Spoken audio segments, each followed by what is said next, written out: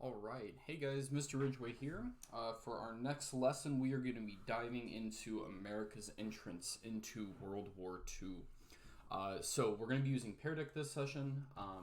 I'll kind of, again, prompt you here on the next slide to log into that. But again, just a reminder, please make sure that you're logging in with Microsoft for that, okay? Or Google, or particularly, I would prefer Microsoft. So what I'd like you to do before you go on here is you've got kind of like a blank space, a little canvas here for your warm-up, and it just says draw or type what you know about the United States in World War II. Obviously, okay, you can draw, type anything in this area. Just make sure, of course, you keep it PG-13. And again, that we're here to always be constructive as opposed to deconstructive.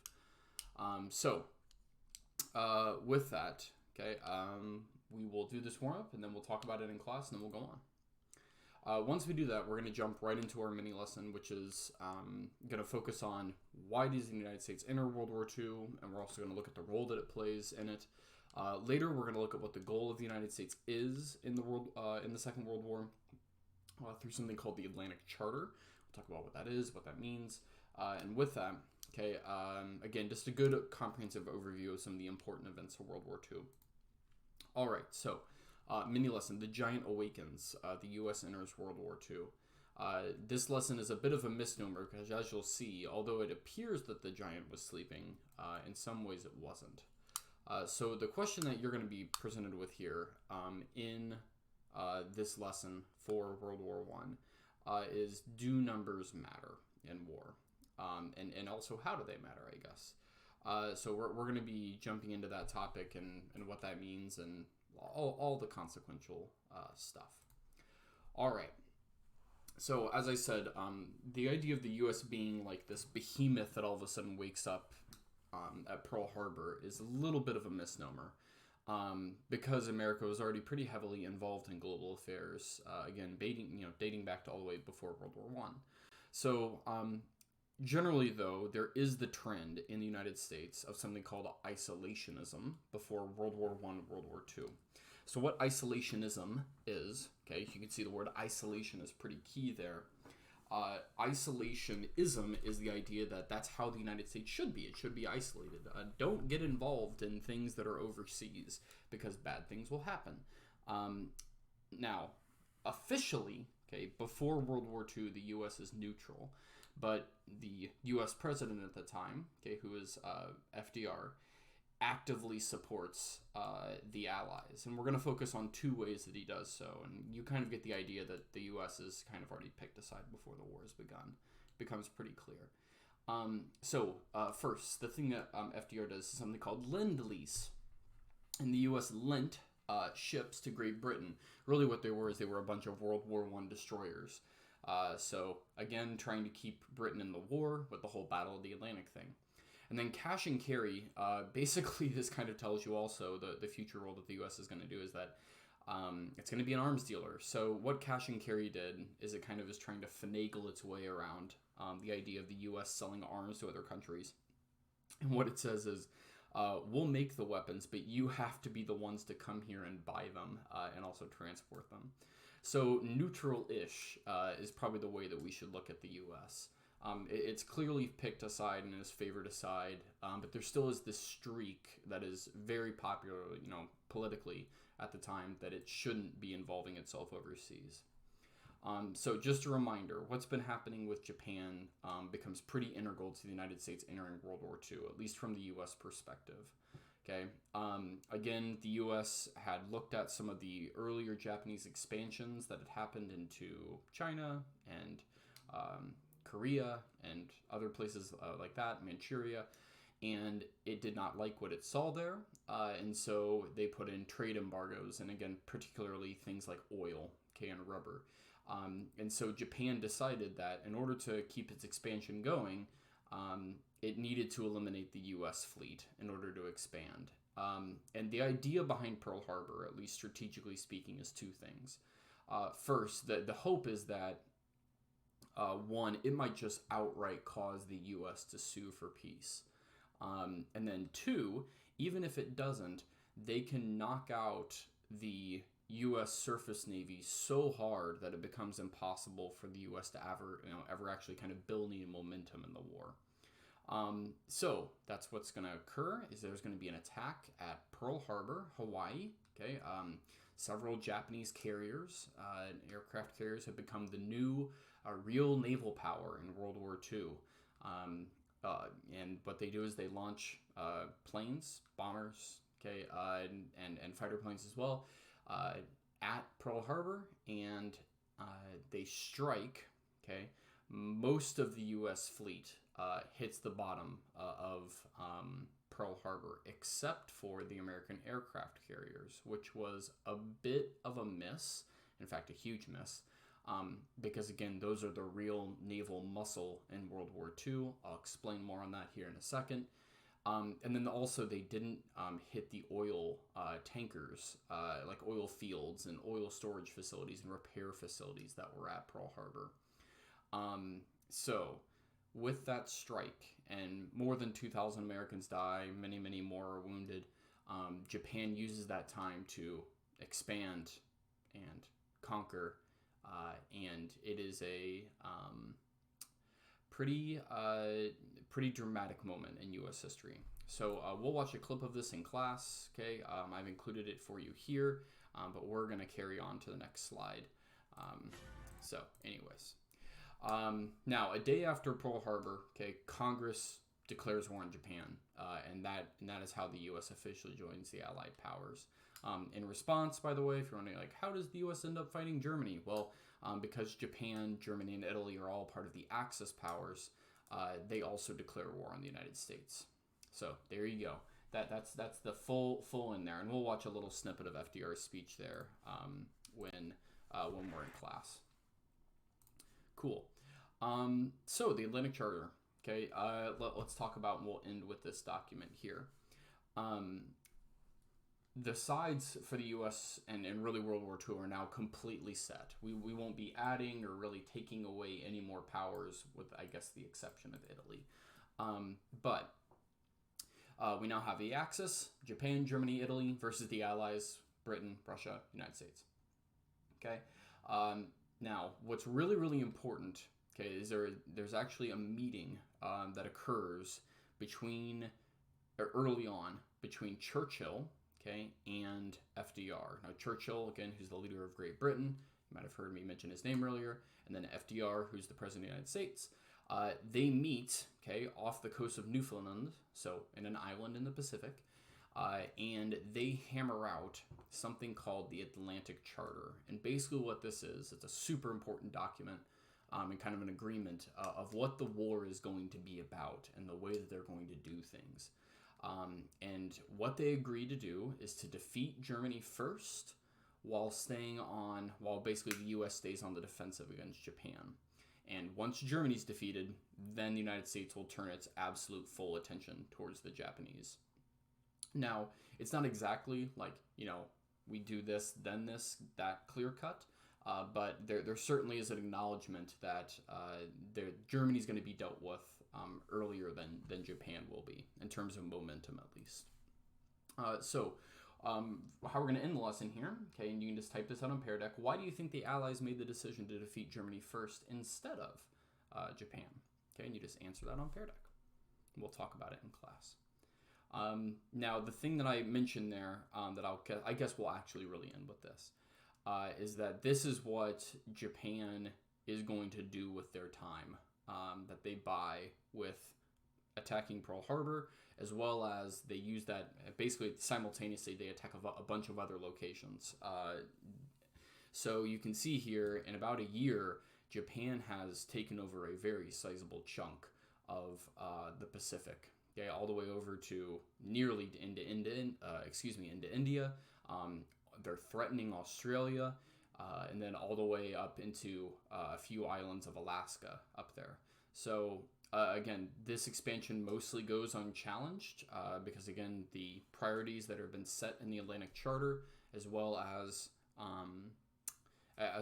kind of again the non-existence for a little while of most of the U.S. surface fleet. So there you go. All right. So for your exit ticket, you're going to type out 3 things you learned, 2 questions you have, and 1 connection to something that you might have known before. So once you've typed that all out, we are going to go on and talk, and well, this part is you guys are going to vote in class, but if you're doing this on your own, you will have to vote. We're going to look at one of the U.S.'s roles in World War II, which is R&D. Okay, R&D is short for research and development. If the U.S. is really good at doing anything, it's about spending a lot of money in World War II towards researching things. So I want to show you 2 ridiculous examples that were actually paid for. I mean, millions and millions of dollars that were sunk into these. So this is a fun brain break that we'll do during class. But other than that, we will actually you'll have to decide which one you want to do. You can watch them both if you'd like. Before we do that though, okay, and kind of an add-on to a more serious add-on, should I say, to the topic that we just discussed or saw there in that video, how the U.S. actually spends money with R&D is really, really important. So if you look here to the left, we've got this chart. And I'd like you to type out your own response if you're doing this online on Pear Deck. But it says, examine the chart to the left and discuss with a partner. It says, what do you think is the significance of more patents for inventions being filed during and after World War II? So right here, you can see in 1940, okay, this is like late 1940. Basically, kind of getting right into the beginning parts of the war here.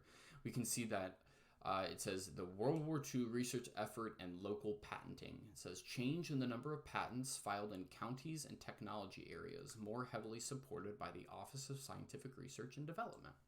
So we can just look at the number of patents that are getting filed. And again, this is in county and technology areas. And you can see there's this dramatic spike overall. And so why do you think that this matters for the U.S.? So go ahead and type your answer out, and then you can click and you can reveal my answer, which I'll go ahead and do now. Okay, so as you can see, it results in innovation and new products used by everyday Americans. So I thought before we go on, and again, you can please answer the question down here at the bottom. You can see all of these different things that get invented by the United States. Okay, over here on the left-hand side. And by the way, this is not by any means a comprehensive list. There's lots of other things. But then also some that are done by the world as well with R&D. And you can see just like the list of World War II innovations by Americans is really, really high. And in some cases, for example, like synthetic rubber, the U.S. wasn't the first to invent that, but they're certainly the ones that figure out how to mass produce it to a degree that is crazy high. But there's things in here that we use all the time nowadays that were invented in World War II. Jeeps, saran wrap, pressurized airplane cabins. Thank goodness. Atomic weapons will get invented by the United States in World War II. Although first it's kind of the Germans and other people before that. Super glue, duct tape. I mean, it just goes on and on and on and on, right? But then there's other things, of course, invented by the rest of the world. Things like penicillin, which is a huge life-saving medicine. Radar, rocket engines, computers, all sorts of fun things. So what innovation do you think from all of this list is the most consequential, and why? Okay, so once you've done that then, we're going to end the class here, since we did a thing on R&D, to look at another role that the U.S. has in World War II, and that is production. So right here, okay, this is going to take you out to a chart madness activity that we're going to do. You'll just make a copy of it. And we've got 4 charts, and at the very end, you're going to synthesize all the charts, which again, synthesize means you're going to take the information that you've learned and put it together. So you see on each slide, we've got a different chart, and it says, each one just says, summarize what the chart shows about the United States. So I'd like you to take each chart, and here's what they look like. So we've got World War II aircraft production. We've got the growth of the U.S. merchant fleet. Combat munitions production of major belligerents. Okay, belligerents are people who are fighting. U.S. merchant ship constructions and sinkings. All right. And then I've got on the last slide, I've got all 4 of them here. And then it says, as a whole, what do all of these charts suggest about the United States production of World War II? Okay. You are going to complete this in class, and then we're going to talk about some of our conclusions. If you're just now getting to this part of the video and you haven't done this yet, please go ahead and do that, on your own. I'm going to go ahead and show you on the next slide here. We're going to explore some consequences and conclusions about why this matters. The thing that I would kind of tell you to think about the United States entering World War II. If you see this picture in the background, that is one of Henry Ford's, I believe that's a B-17 plant, but I might be wrong about that. My knowledge of World War II airplanes is unfortunately lacking at the moment. It's been a while for me. Or it might be a B-24. Anyways, that's one of his plants there. And that thing is a mile long. And, oh yeah, it says it right there on the slide. B-24 Liberator. They're producing one of those Liberators every hour, 24/7, 365. And this is just one factory in the United States. When I say that the U.S. makes a lot of stuff in World War II, it is a silly amount of material. And why does this matter? Okay. There is the thought by historians out there, and I tend to agree with this camp more than disagree with it, that a big reason for why the Allies win World War II is that they simply just outproduce, the United States in particular, just outproduces not only most of the Allies combined, but then also most of the Axis also combined. And the reason why that also matters, especially with thinking about, like for example, like Germany, is that the counter to Blitzkrieg is overwhelming numerical superiority over time. Okay, Blitzkrieg can work against a numerically superior enemy for a short time, like in France, right? But if you just keep getting hit and hit and hit and hit again by overwhelming odds, that's what takes all the power away from Blitzkrieg, because again, it's not a very good defensive style. And again, you can go back and we'll talk about this, the charts in the class. The charts make this just very obvious about what about how much the U.S. is producing, especially this one right here. You just see, like here in 1941, the production of the U.S. just skyrockets. It says $40 billion, and that's, a year, right? And then it just keeps going up. And the Axis, Germany, of course, closer they get to the end of the war, they actually keep producing more and more. But it's never enough to keep up with the United States. So, again, numbers really, really do matter, but maybe for reasons that you might not assume. Again, and the U.S. is just really, really good at making stuff, and then also with research and development, even when those ideas sometimes are very silly, as we saw with our video earlier. So with that, I'm going to leave you till the next lesson, and we are going to be checking out what is going to be going on with defeating Germany.